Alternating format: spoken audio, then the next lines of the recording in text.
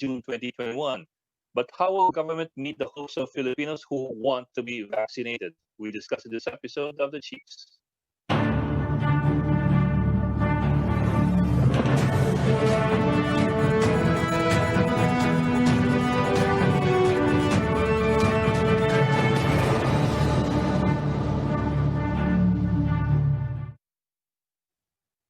Welcome to this special Tuesday edition of The Chiefs. Because, of course, Ana Marie Pamintuan, the editor-in-chief of Philippine Star, and Lucy Cruz Valdez, the head of News 5. Ladies, good evening.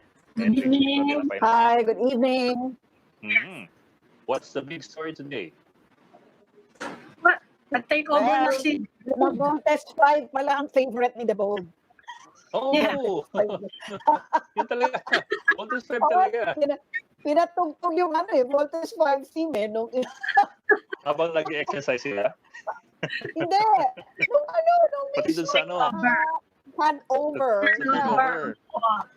And we have a new NCRPO director, of course, si Vicente Danao. He might be on track to be another PNP chief. Matagal pa siya magre-retire eh. Kailan ba magre-retire si The Bold? 2023. Si The Bold is in May. May. Di ba? 55 years old siya nung kanyang manyanita. Yeah. So, 7 months May na siya. 7 months na siya in office. 7 months lang. Yes. May Si Eliazar ba? Hindi na. Si Eliazar. Kasi si Eliazar parang... I think meron po siyang a few months, Pwede pa rin siya kung magre-revolving door talagang tuloy-tuloy. Oo, meron pa siya. I think a few more months. So kung pagbibigyan, siguro pwede pa rin. Diba? Coming from General Kaspulan with 2 months and then the Bold with 7 months. Yeah. Kasabay raw ng vaccine arrival yung pag-retire ni The Bold. Aba, syempre, pero police doon, di ba? Well, since Lucy mentioned the vaccines, we might as well go into that kasi we're coming yun yung malaking story talaga. Yeah. Okay, joining us tonight, our first guest is public health advocate Dr. Tony Leachon. Doc, thank you again for joining us and welcome back to the Chiefs. Hi, Doc. Good evening, everyone. Thank you very much. Robbie Lampay of News is also there. Doc, ano po kasi, well, of course, a lot of talk centers around yung announcement ng Pfizer na 90% effective yung sa third phase ng clinical trials, yung kanilang vaccine candidate. Now, nag-rally yung stock market, tumaas yung stock ng airlines, ng banking industry, and so on, and even, of course, Pfizer's. But when you read the finer print, it's actually 90% effective in the first early preliminary test of the third phase. So parang are we putting too much meaning into the announcement, or are we just really so hopeful and waiting for a vaccine, or are we really on the way to a vaccine? Good evening. I'd like first to disclose that I used to work with Pfizer. I was Medical and Regulatory Affairs Director from 1995 to 2010. So I was with Pfizer as head of the medical department. Now, dun sa Pfizer COVID vaccine na 90%, it is a 43,000 clinical trial. And timely na rin kasi hinihingi din ng US FDA kasi yung phase 3 clinical trials magtatapos siya ng December. So in-unveil yan, I think last Sunday lang at 2 p.m. 11 a.m. in the morning, but it was relayed to the Pfizer CEO at around 2 p.m. And ang binuksan nila muna ay 94 patients. Placebo-controlled, ibig sabihin, merong active ingredient at wala placebo. So nakita 90%. Kaya excited ang medical world and of course governments all over the world because the expectation by the WHO and the FDA, at least kung 50% lang effective, okay na sa kanila. But you have here 90% dun sa first 94 cases nila, and then they will have to review and finish opening up the clinical trial. Pero 94 yon, nag-umpisa, let us manage expectations. But ganun pa rin, they have to study rin yung safety profile. Kasi hindi naman porque effective siya tapos maraming safety issues. Sana pareho yung efficacy tapos wala or kokonti yung safety problem. Kasi yung other clinical trials like yung Astra and even Moderna and then Sanofi, and then this morning yung China vaccine sa Brazil, nahinto yan. Pinatigil yung AstraZeneca ng 1 month kasi they want to find out whether the side effect was related to the vaccine or not. So ngayon, nasa front line ngayon ang Pfizer being ahead because una lang bukas, interim analysis data nila, 90%. And it has been recognized by almost all governments and medical institutions in America and even the FDA. So mataas ang prospects natin na hopefully this is it. And pag natapos in the next 2 months, we have the termination of the phase 3 clinical trial by December. Doc, yung numbers po natin kasi you did mention na 42,000-43,000 yung test cases, kalahati ng mga yun ata are placebo eh. Pero hindi pa lahat yan natetest. If I understand correctly, 94 test cases pa lang and 90% sa kanila ang effectively vaccinated. Tama ko ba? Actually, patapos na yung trial, binubuksan lang. Binubuksan lang yung study, ida-unveil. Pero kung meron, if you're working, let's say, with Pfizer at saka yung mga epidemiologists nila at saka yung nasa medical department, na-project nila yan kung ano na magiging findings based on several launches. Kaya napo-project na nila kung 90% yan, they will not be brave enough to say na hindi ito. Kaya the excitement all over the world na ganito yun. Kasi kunyari, sa 94, makikita mo kahit 100 cases na yan, 50% lang effective, kita mo na yan. So, ibig sabihin, kung sa 100, almost 100 cases na, at 90% ka, ang laking projections baka ganun ang maging trending. Pero parang ang lit parang sample size ng 90 to 100 people and from there exclude the 90%. 42,000. Yeah. Yeah, I understand. But actually, patapos na yung study. So, ang hinihintay mo halos patapos na. So, kung ganyan ang trending yan, ang nakikita ng buong mundo, maaari kung bababa man yan, mga 70% effective. And still okay. Yan ang estimate sila.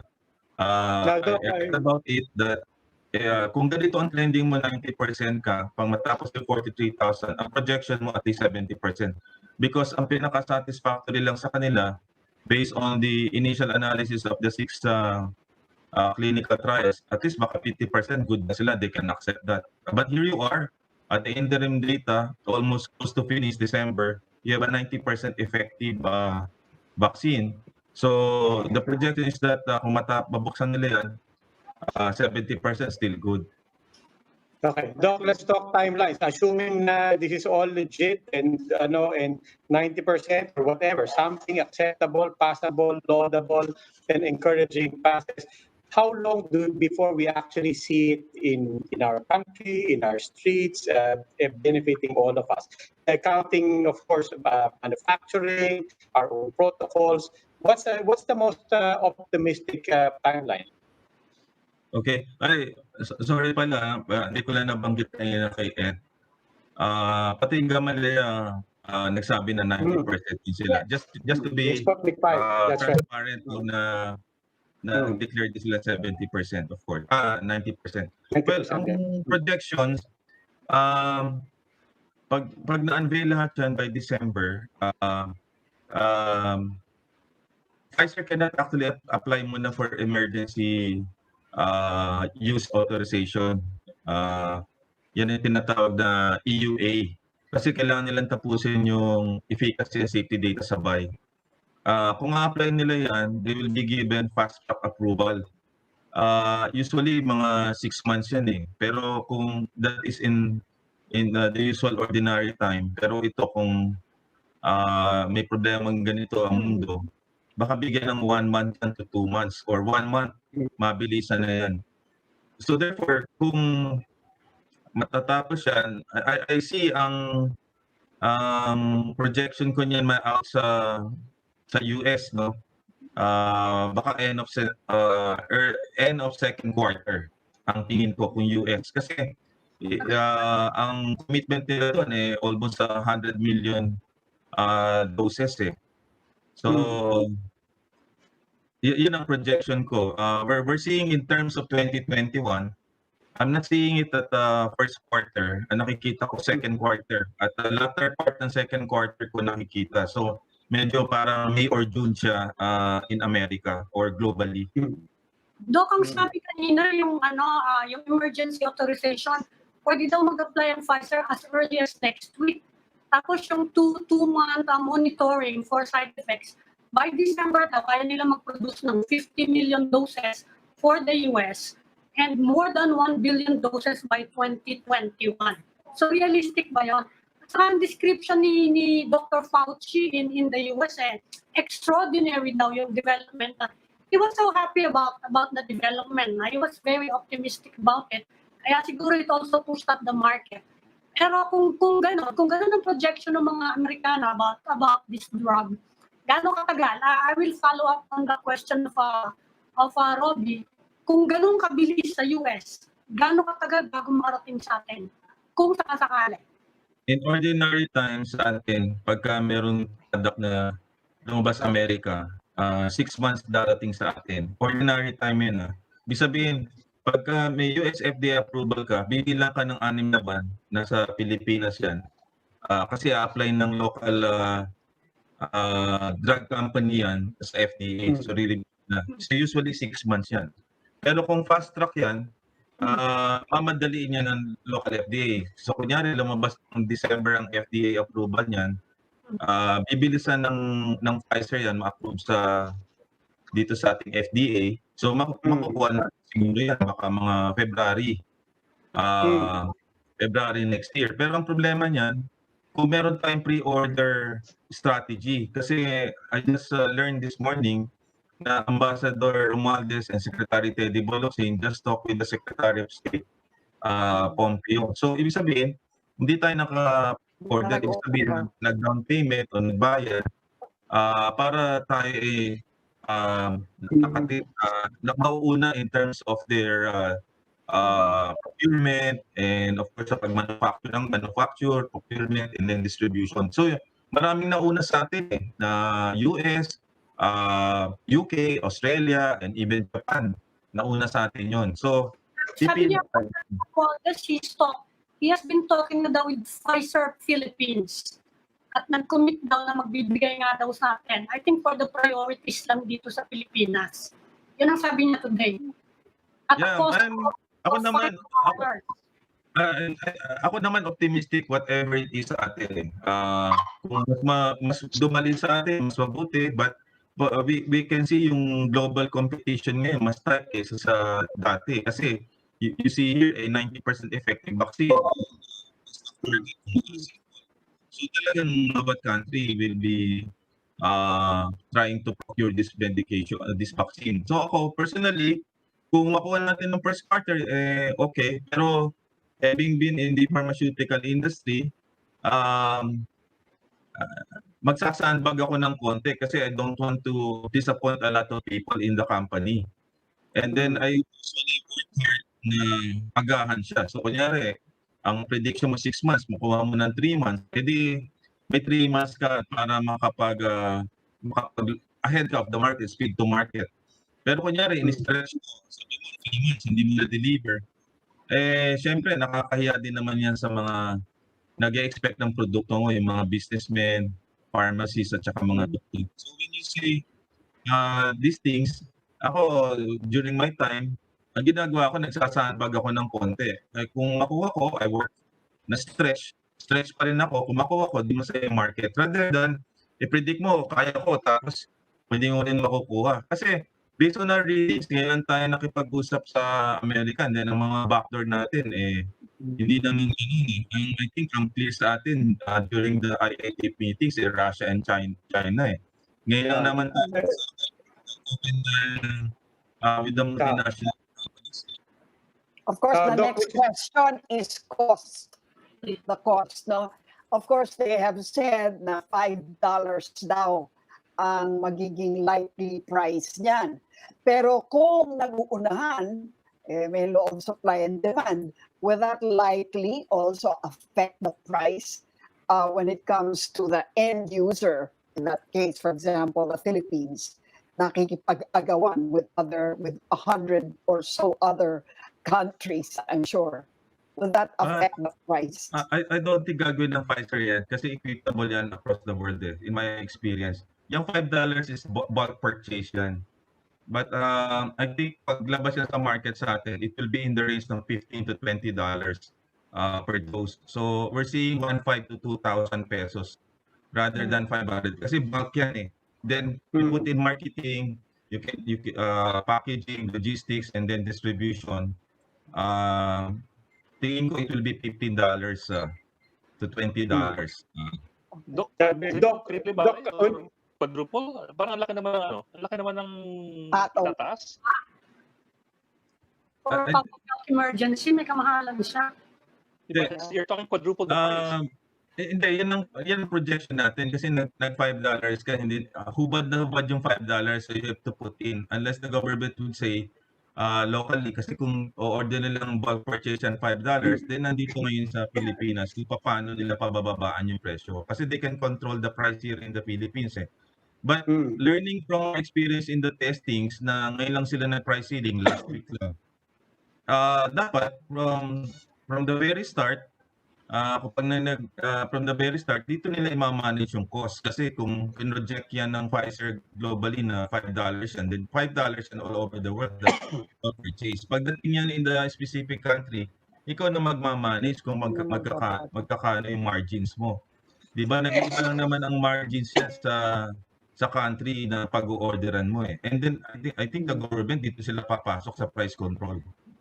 Yes. Doc, I'm sure just curious it will about, because only because you mentioned it kanina, sabi niyo, usually pagkagaling sa states. I don't know if states was just an example or if that's really the standard timeline na nasanay tayo basta imported. But you said 6 months, no? Pagka na-approve sa states, usually 6 months. Is that timeline specific to the US and do other countries deliver All countries, faster?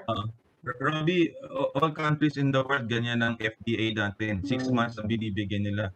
When you get it from the country of origin nila, ang binibigay nila 6 months.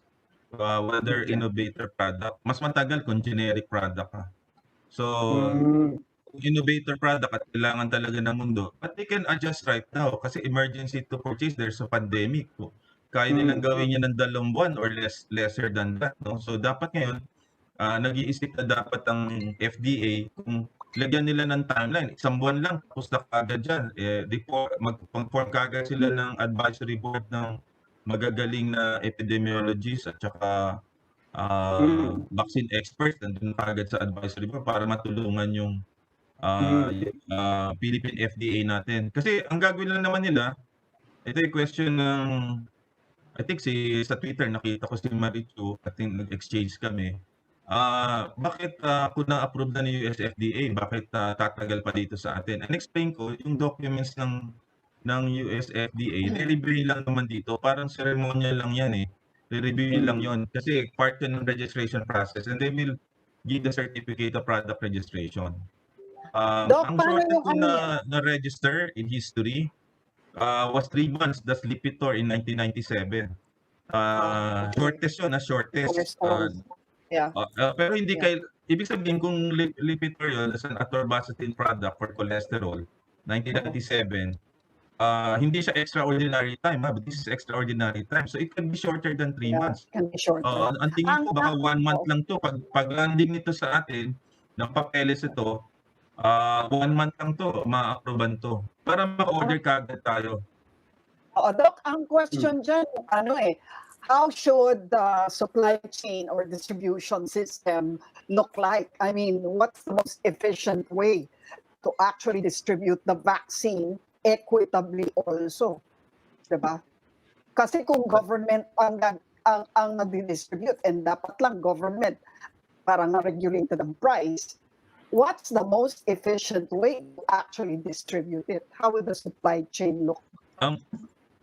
Isang question dyan, Lucy, bago kita sagutin. Dapat nakaantabay na rin ang cold chain nila kasi miski sa abroad, ibig sabihin mga preeminent hospital institution like Mayo Clinic, wala kang makikita ng negative 70 degrees eh. So, ibig sabihin, Wow. kasi lahat halos yan negative no? 10, negative 30, negative 70 yung cold chain facilities nito. So, aside from nakuha mo siya, dapat ngayon nag-iisip na who among the several mega companies natin ang may distribution chain sa food manufacturing and everything na may ganyang klaseng kakayanan. Now, ang question mo kung government, you know naman how hard it is eh. Ang dami na sayang nagamot sa atin, 2 billion eh. Ordinary drugs lang yan siguro last month lang yan, di ba? Nagalit ang buong Pilipinas. Nag-expire. Yeah. Nag-expire. So I don't think that the DOH can handle this. Dito papasok ngayon ang mga private companies na malalaki like San Miguel, Ayala, the MVP Group. All of these companies should actually help right now considering yung bureaucratic system. At saka wala naman experience ang Department of Health of handling this kind of situation. But will that push up the price? Won't that push up the price? Won't that push up the price? I don't think they will capitalize on this kasi nakabantay na lahat on this eh. But what I'm saying right now, ang pinaka-dilemma ko dito, kunyari ma-order natin, but are we ready right now na mag-distribute at saka meron tayong cold chain? Kasi sa hospital, ang ordinary vaccination, for the information of the public, pupunta ho sa mga pasyente, pipila po kayo, tapos ang refrigerator lang naman simple lang. I don't think any hospital in the Philippines ay merong ganong negative 70. Pangalawa, matatakot ang pasyente kasi ang hospital marami may COVID. Number 3, hindi ka na rin pwedeng magsiksikan doon. Million to kasi unang-una, may social distancing measures ka eh.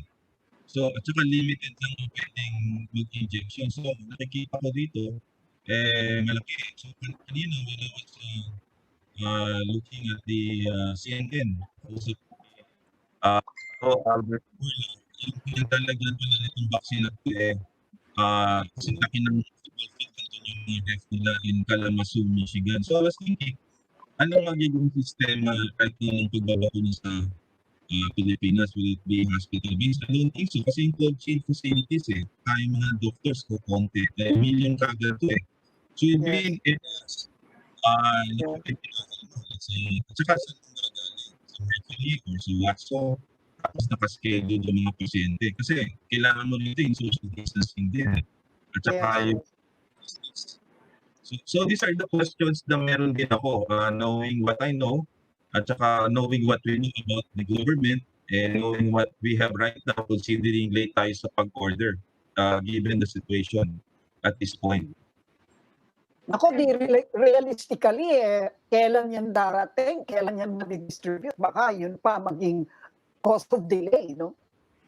Sa akin, realistically, ako, July ang madidistribute at ang babakunan natin July hanggang December next year. Kasi ang approval sa Amerika, kung magsasabay tayo at ganun ka-efficient ang gobyerno at ang Pfizer dito na ma-submit kasi sasaluhin lang naman na FDA Ang problema diyan, nagko-compete tayo with the other countries Kunyari, na-request ang Pfizer Philippines with the government na order sa Amerika. And then, ipipila niya yan. How about the big countries, the G8 countries requesting? To think may second wave sa Europe ngayon, ang Europe, ang yaman na countries yan. Kaya nila mag-pressure ng higit pa. Lalo na ngayon sila, nag-lockdown sila. Italy, Germany. Si Boris Johnson, nagsalita nga kagabi na o-order kaagad siya. Kaagad. So, you will compete with these countries. Australia, nagsabi na rin, or Japan, nag-order na. So these are the things na kailangan diplomatically marunong tayo, of course, with a lot of help also coming from the US Pfizer. Right, Doc, ano ba yung I'm just trying to picture, the day after. We're trying to imagine day one post-COVID. So let's assume na lahat tayo natanggap na yung bakuna. Let's say on a certain date, 100% of our population nagkaroon na ng bakuna. Like, what's the behavior? Are you supposed to, do we expect, even on an individual level or on a family level, once mabakuna ka, and siguro you take your mild fever or whatever, but after that, you can literally expect to go out, or are there protocols pa rin na, teka, antay pa rin tayo ng isang buwan and so on? How do we expect things to happen? Ang research endpoint or epidemiological endpoint when you actually acquire herd immunity, 50 to 70% herd immunity. Ito yung nabakunahan mo let's say, ang inuna mo National Capital Region kasi epicenter ito. And you have a population na 12 million population. Ilan ang 7% yan? 70%. So yun ang magkakaroon ng herd immunity niyan. So, and usually 6 months yan magde-develop ang immunity. So kunyari nag-injection kan July, doon mo magde-develop sa national. Ang naisip ko lang ang National Capital Region kasi ito yung nagdi-dictate ng ating finances, lalo na ang GDP natin sa third quarter. Bumaba na naman 11% yata. So ang ibig ko sabihin, unahin siguro NCR area, and then 70% of the population of the NCR. And then ang nangyayari nito, 6 months usually yun. And then you expect na magte-testing ka pa dyan, let's say for antibody test, whether you have the IgG. No? Parang ganito ginagawa namin pagka nagpapatest kami for hepatitis. We see kung nagkaroon ka na ng antibody. Hindi katulad let's say sa measles at saka alam mo na pag na-injectan ka na effective. But ito, in the next 2 or 3 years, i-develop mo pa yung data, whether effective siya sa elderly population, sa may pre-existing diseases, sa bata. Kasi hahatiin yung 43,000, aaralin yung mga segments na yan kung ilang effective. Tapos meron longitudinal study yung mga yan na hanggang kailan sila naging immune. 1 year ba? 2 years ba? At kailangan ka pa ba ng third dose? Kasi ngayon, ang projected na 2 dose. So, ganun yan, mga 2 or 3 years. Yan ang phase 4 clinical trial na tinatawag, post-marketing surveillance. At binabantayan niya 3 to 5 years after the launch. And then ang development of antibodies and of course pagkakasakit, yan ang imamonitor plus the side effects. Okay. Dr. Tony Leachon, Public Health Advocate. Sir, maraming salamat po for joining us tonight. Thank you, Doc. Thank you very much. I hope valuable din ang konti na natin. Thank you. Bye, sir. Okay, thank you. We'll just go into a break, so please stay with us.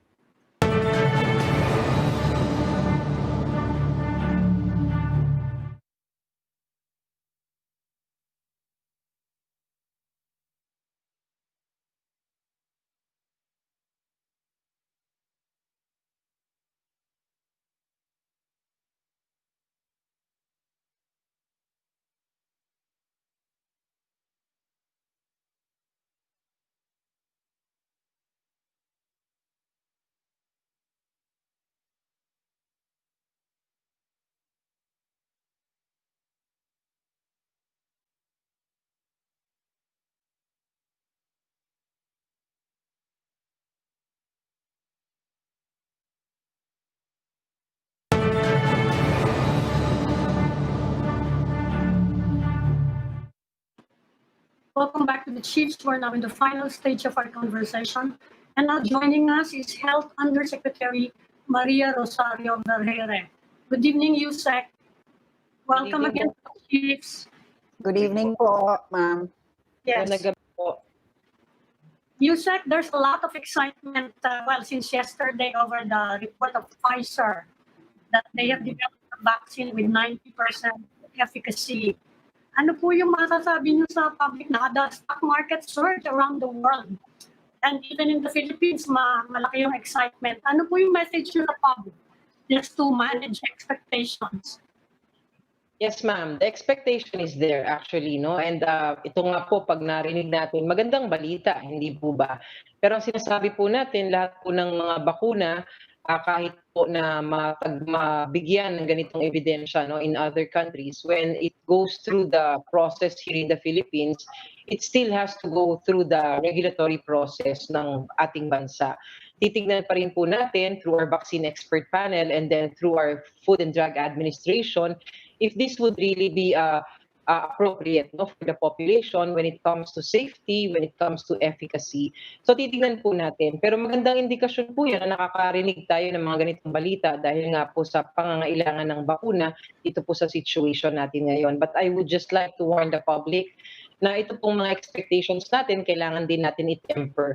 Let us remember na lahat po itong mga lumalabas na mga technology like these vaccines are still undergoing itong mga trials na sinasabi, nakapagtapos nga po, pero katulad po ng alam ng mga eksperto and evidence would dictate, we still need to monitor, no, all of these happenings, no, or experiences and evidences from these technologies that are being put into the market. So kailangan lang po tayo magpatuloy pa rin ng ating mga ginagawang mga minimum public health standards. The government is currently negotiating with all partners, with all manufacturers, so that we can ensure na magkakaroon tayo ng sapat na allocation ng bakuna and the vaccines that will come in the country will be safe and efficacious for the population. Kung approve na po ng US Federal Food and Drug Administration, gano'n po kabilis kung dadalhin na dito sa Pilipinas, sa sarili nating FDA, gano'n kabilis yung approval process nun kung approve na sa Amerika ng FDA? Yes, ma'am. Yes, ma'am. We have that kind of pathway, no, wherein kapag ka po ang isang produkto ay approved na sa mga credible institutions abroad, like USFDA, and then we have, of course, WHO emergency use list, at yung pang iba pa hong mga regulatory agencies na talagang stringent ang regulations, nagkakaroon na ho ng mga expedited process dito sa ating Food and Drug Administration. But as I've said, dadaan pa rin po dun sa vaccine expert panel natin para atin pong safeguard yan. That's our double layer to ensure na talagang yung ipapasok po natin bakuna ay nasubukan na at ito po ay magiging safe for our population. Ma'am, na-adjust. Ano po yung minimum threshold para sa atin para pumasa in terms of efficacy para pumasa sa ating FDA? Kasi I understand na regulators worldwide are only pegging the efficacy at 50% for it to pass. And that sounds kind of low. I mean, I don't know, I'm not a doctor, pero it sounds kind of low na kalahati lang na mababakunahan ang mai-immunize, yung kalahati iba hindi. Well, it's because it's a new technology, no, sir. This is a new vaccine that is being developed. So the threshold really is low, but there is this safeguard that there is continuous monitoring as what the guest previous to me as mentioned, no, si Dr. Leachon, na ito po yung pumapasok tayo sa phase 4 ng trial where we do post-marketing surveillance. And here we can really see if the technology or the vaccine will be really efficacious and it's going to be safe. So nandyan po yung taon na bibilangin natin para ma-monitor po natin ang epekto ng bakunang ito. Ma'am, yung po bang budget natin, kasi I recall that you said that the allocation for vaccines is just at 2.5 billion. Pero in order to vaccinate at least 20% of the population next year, you will need about 12 billion, no? Paano po kaya, ano kayang adjustment na pwedeng gawin para po ma-procure ang lahat ng vaccine na kailangan by next year, kung dumating man yung vaccine nga rito? Yes, ma'am. Actually, when we had these deliberations, no, with the legislators, committed po sila, no? They have committed that they will help the department for us to be able, or the government, for us to be able to procure the needed number of vaccines for the population. Kung pinipeg ho natin na 20% of the population has to be initially vaccinated and it is 12 billion, meron na hong parang ino-offer, no, na merong additional money that will be provided so that the 2.5 billion will be enough, no, plus yun pong ibibigay ng mga legislators, no, to be included into the budget. And aside from that, now that there is this para bang widespread na pakikipagtulungan, no? Especially the private sector. So meron na hong lumalapit din sa gobyerno ngayon, willing to partner and willing to procure, no? With these conditions, of course, na may mga counterparting tayo. So may mga ganun naman po. And as I've always mentioned, the COVAX facility is a big help to the country. Kasi dito po, bibigyan nila tayo ng talagang bagsak na presyo because we were considered as part of those to be subsidized. So with that, we can be able to procure the vaccines through this facility in a much lower price. So dito po natin makikita na baka tayo ay makamenos at makabili pa tayo ng extra na vaccines because of this. Can you confirm what Dr. Leachon said about the cold storage and the lack of that here in the Philippines, and that might even cause a delay in the purchase that we will have to make, no? Kasi wala nga tayong cold storage na negative 70 degrees ba yan or something. Paano nga ho ba yun? Yes, ma'am. No? So existing kasi, we have this regular, no, for the immunization program of the department, it is 2 to 8 degrees. Ito po yung talagang usual na cold storage natin for our vaccines. Now, some of the vaccines, some of the platforms, no, yun pong merong mga ganitong platform na mga kailangan talaga ng negative 70, negative 80 degrees. Ito po yung talagang kailangan natin. And that's part of our planning if and when we are going to procure this kind of vaccines, kailangan handa na po tayo. Kaya ngayon pa nga lang po si Secretary Galvez, our vaccine czar, at saka si Secretary Duque, talagang halos araw-araw po nakikipag-usap po kami sa kanila para may handa natin ang ating bansa kung sakaling ito. So now we are trying to scope all of these 17 vaccines that are already in advanced stages para makita po natin ano ba ang dapat na option ng bansa natin. Kailangan ba natin na ito ang bilhin natin with this kind of logistical challenge o pupunta po ba tayo sa iba? So these are all the options and being discussed with the vaccine czar and of course Department of Health and Department of Science and Technology. So even Ma'am, storage will be an napaka-exciting issue in choosing. The storage itself will be an issue in choosing the vaccine too. Oh, well, that's part of how we plan. No? So when we plan, when we say that we are going to get this platform, for example, we get these mRNA vaccines, which requires this kind of storage of negative 70 to negative 80, kailangan kasama po yan sa pag-deliberate namin because there are corresponding costs to these storage facilities. Ma'am, kaya pong napaka-exciting na mga balita. It's very, very hopeful, very encouraging. Gaya po ng sinabi nyo, napakahalaga po ng trabaho nyo specifically, yung hinahon, managing people's expectations. But the other side of it, I mean, I'm afraid, I'm also quite paranoid. I'm worried about people exploiting the hope of all of our people. And parang nakikita ko na, kakalat yung mga fake na mga vaccines, kakalat dyan sa mga online, mga nagbebenta na, ito na yung napapalitaan nyo, and so on. Are we also prepared to manage the communications and to manage that communications and for that matter, manage and try to fight what I think will inevitably people try to exploit the situation. So both on the communication side and also monitoring very closely all of these fraudsters online.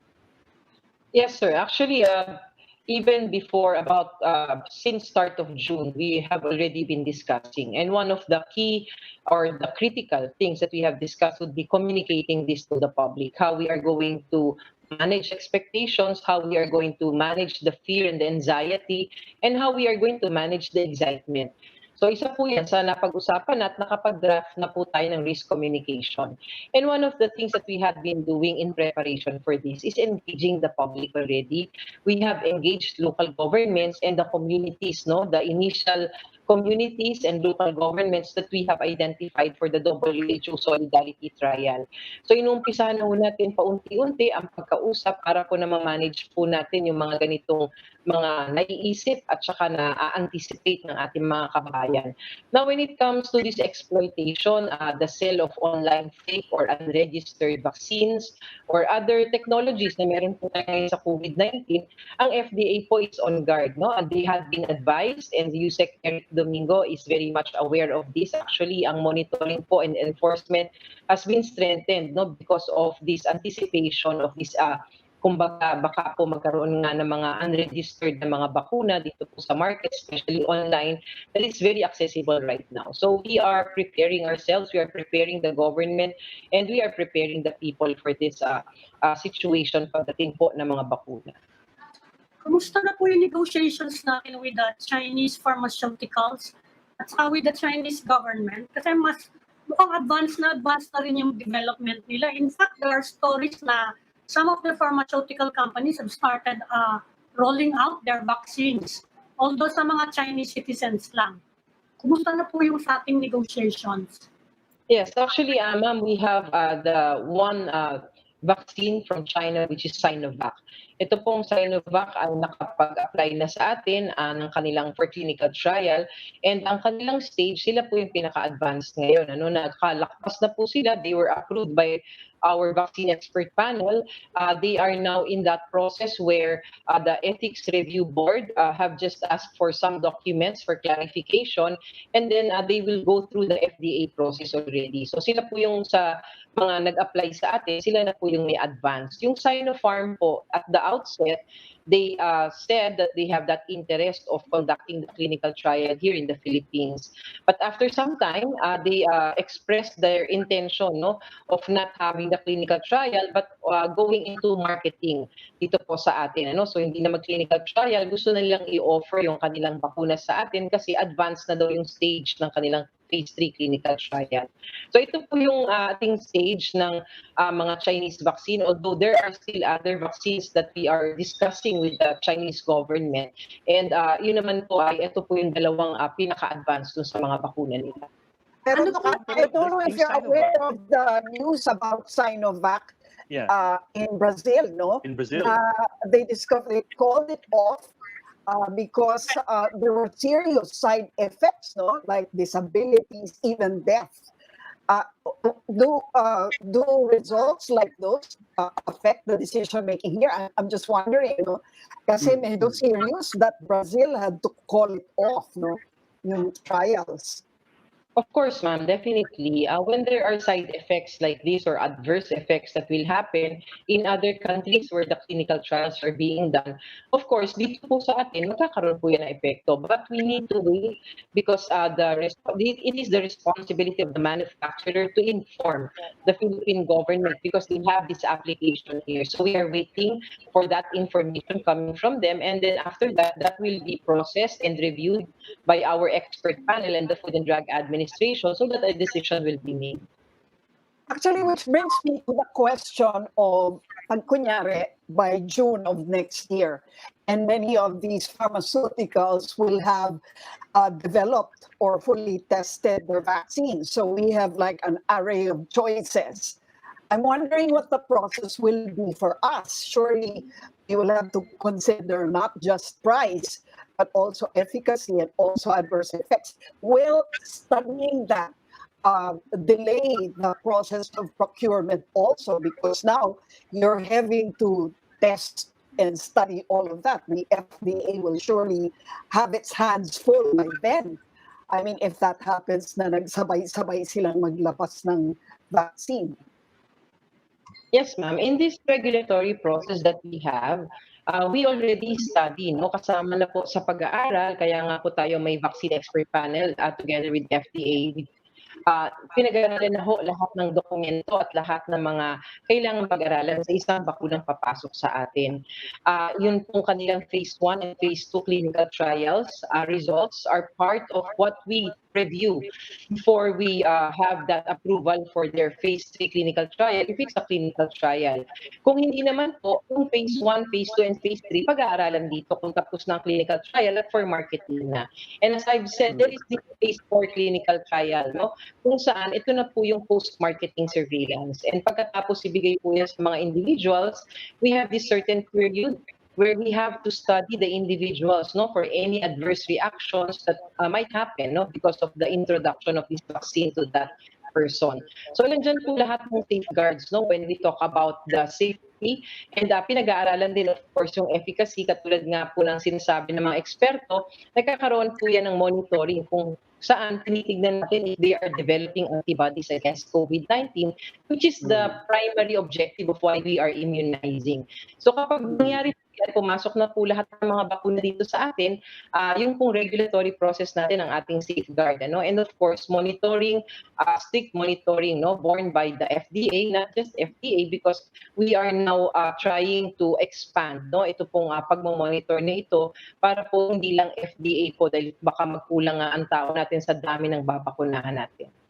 Ma'am, given all of this, I mean, all the questions that people are anticipating kung paano mangyayari ito, ano yung protocols, might be a good time to review the disposition of the vaccine SAR.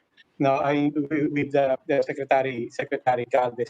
What exactly are the powers and the accountabilities of the vaccine SAR vis-a-vis the protocols and the mechanisms that are in place in more usual times? Oh, well, actually, we need to clarify this. The vaccine czar, even though we have a vaccine czar, the processes will remain the same. The vaccine czar was appointed so that there would be somebody to coordinate and to facilitate the expeditious processing of all of these vaccines that will come into the country. Also, he will be coordinating, of course, the procurement and the negotiations. But when it comes to science and regulation, it will still be the same. The process is the same. Wala pong nabago. Nag-oversee lang po siya. He gives us recommendations. He guides us. Actually, mas naging maayos pa nga po kasi nagkaroon po ng taga-kumpas, no? And dahil nga po marami kami ahensya na tutulong-tulong dito, meron pong isa ngayon na talagang nagda-direct ng ating mga ginagawa. So again, let me just reiterate, wala pong nabago sa ating mga proseso when it comes to regulation, when it comes to the science aspect of this. Si Secretary Galvez was appointed so that there would be more coordination and it will be expedited yung atin pong mga ginagawa tungkol sa pagbabakuna. Is there also any effort to manufacture vaccines in the Philippines?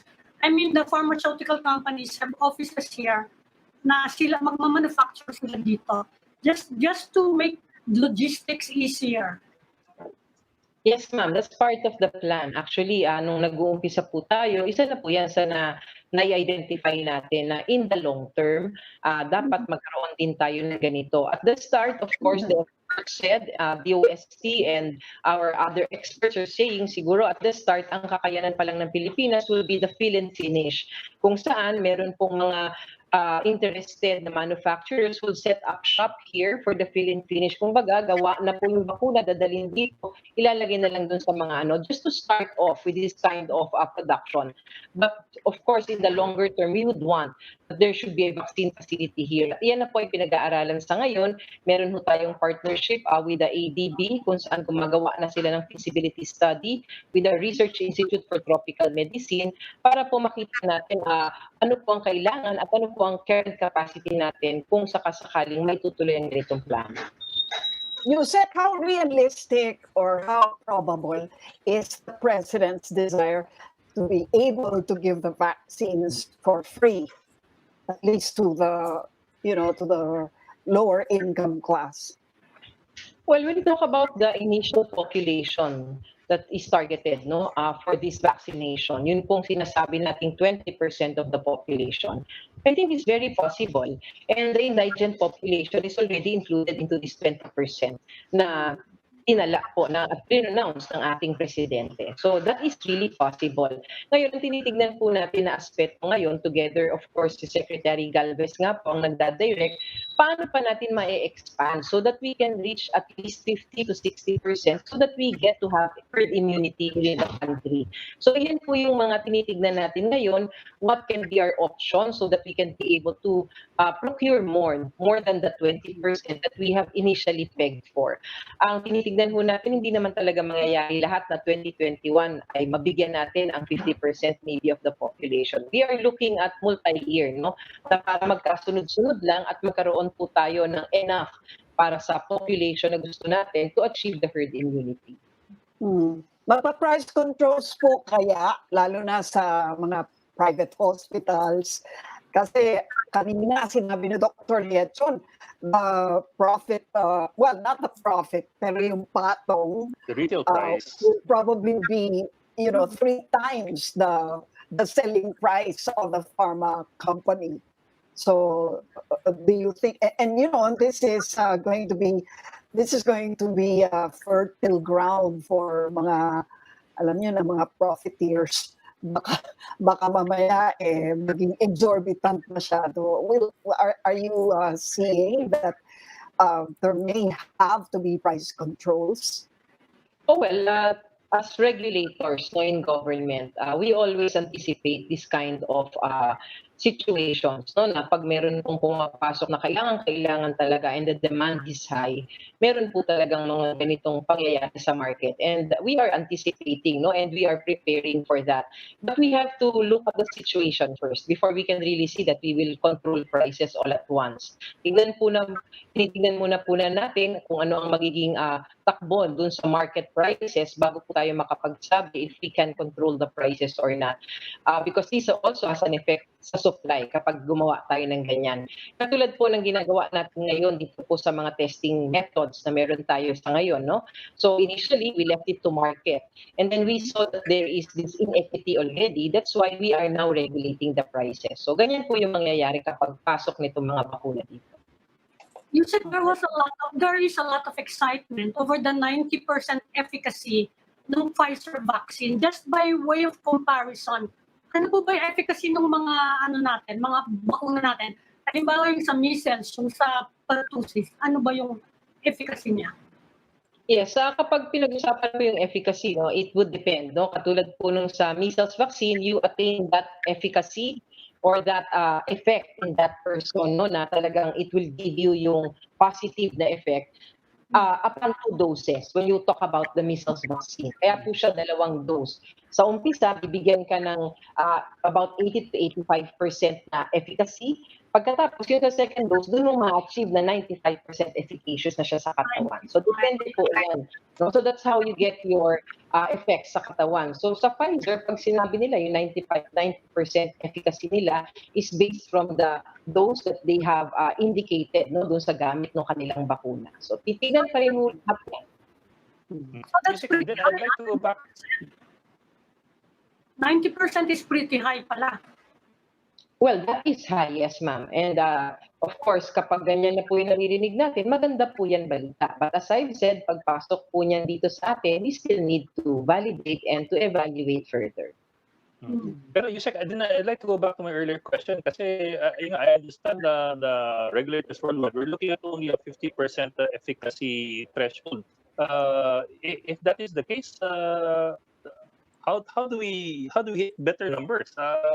Kalahat lang bali ang mai-immunize. Nawala. Usec. Oo. Nawala. Usec. Okay. Well, Actually, go back to that. standard yun. 70 raw actually. Standard, acceptable efficacy. Yun yung nabasa ng So yung 90 daw exceeds it. Yeah. So But pag the may people know 70% efficacy ka na, malamang sa hindi, magiging immune ka. Parang ganon. Yeah. Pero marami naman talaga, Ed, na kahit nagpabakuna, nagkakasakit pa rin. Kasi nga, depende rin sa vaccine But ang importante, walang kasi side if you're looking effect. at ratio 50%, kalahati ng mababakunahan, Alam ko, Yeah, but I don't know kasi Ed, if that's what it means. I don't know if that's necessarily. That's what I was asking. Yeah. Kasi yung understanding ko I was reading up on it kanina, regulators were only looking at 50% for passing 50%. for But it's, passing candidate vaccines. Yeah. At least in this case, Ako personally, obviously none of us here are doctors or scientists. The only thing I faith in is that these are Usec is back. Usec, kwentong lang po. Yes, ma'am. Thank you for coming back. Point of clarity lang po kasi I was reading earlier na a lot of regulators are only demanding 50% efficacy ng COVID-19 vaccine. What exactly does that mean? And isn't that low? Well, as I've said a while ago, sir, this is a new vaccine, no? So the threshold has been set that low.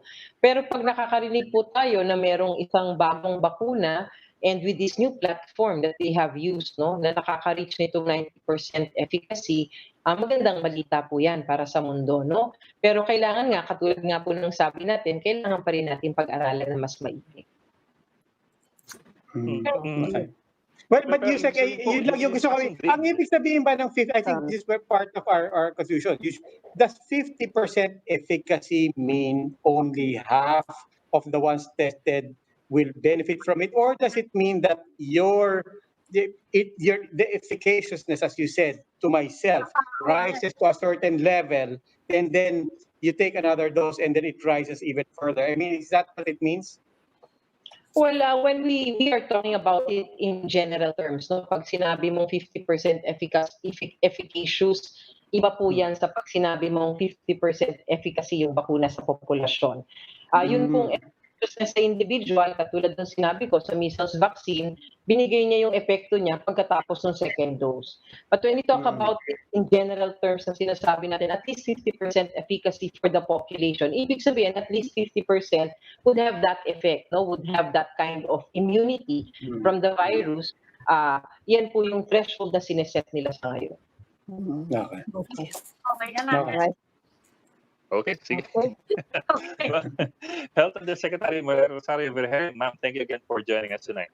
Thank you, Thank you, ma'am. ma'am. Maraming salamat po. Okay. Okay. And Okay. that's it for So this. sana sa ating apat, dalawa sa atin, sana ako yun.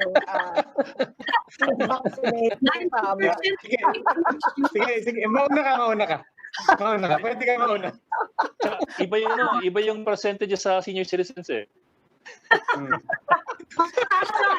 Dapat kasama ako sa 20%, no? Immunocompromised ako. Okay. Okay, that's it for this Tuesday edition of the Chiefs. We hope to discuss here. We'll keep the conversation going. I'm Edwin Gapon News. I'm Mami Paminton of the Philippine Star. I'm Lucy Cruz Valdez of News 5. I'm Robbie Alampay and we are One News.